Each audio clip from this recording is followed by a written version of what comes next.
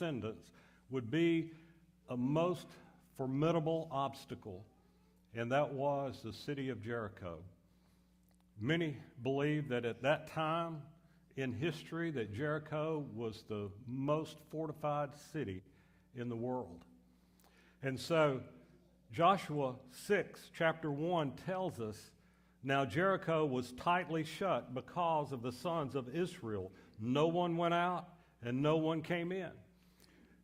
Jericho itself was a relatively small city as cities go, but it was greatly fortified with these tremendous walls, actually series of walls that were designed in such a way that it was thought that to be able to breach the walls, to be able to invade the city would be impossible. It was considered an impregnable city. And so therefore they didn't need a very large army. Their role was not to go out and attack and conquer. Their role was to maintain what they had and to be a force in that part of the world that would prevent any invading armies from being able to pass them by in breaching the land of Canaan. And so Joshua knew that the battle for Jericho was imminent. But God had not yet told him how he was to attack this city. And so Joshua, we read in just a moment, was surveying the city. They've crossed the Jordan.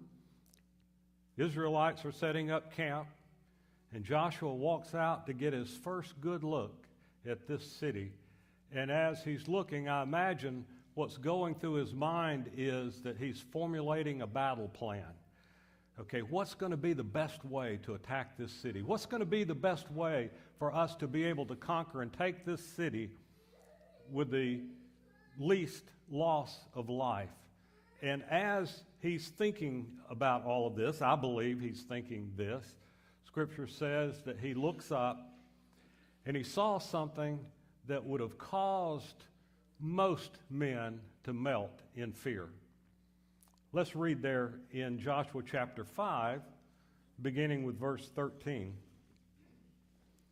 Now it came about when Joshua was by Jericho that he lifted up his eyes and looked. That just means he looked up. And behold, a man was standing opposite him with his sword drawn in his hand. And Joshua went to him and said to him, "Are you for us or our adversaries?" He said, "No. Rather, I indeed come now as captain of the host of the Lord." And Joshua fell on his face to the earth and bowed down and said to him, "What has my Lord to say to his servant?" The captain of the Lord's host said to Joshua, "Remove your sandals from your feet, for the place where you are standing is holy." And Joshua did so. Now, the word for man in verse 13 that we read could be translated great man, mighty man, or champion. The fact that Joshua looked up would either seem to indicate that this mighty man would have been suspended in the air, and I don't think that was the case, because Scripture says that Joshua looked up and a man was standing.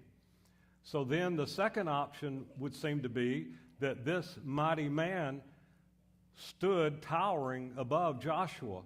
Joshua had to look up at him, to look him in the face. And he was no ordinary man, as Joshua was able to quickly discern. But also, this mighty man was standing there with his sword drawn, which would indicate that he was ready for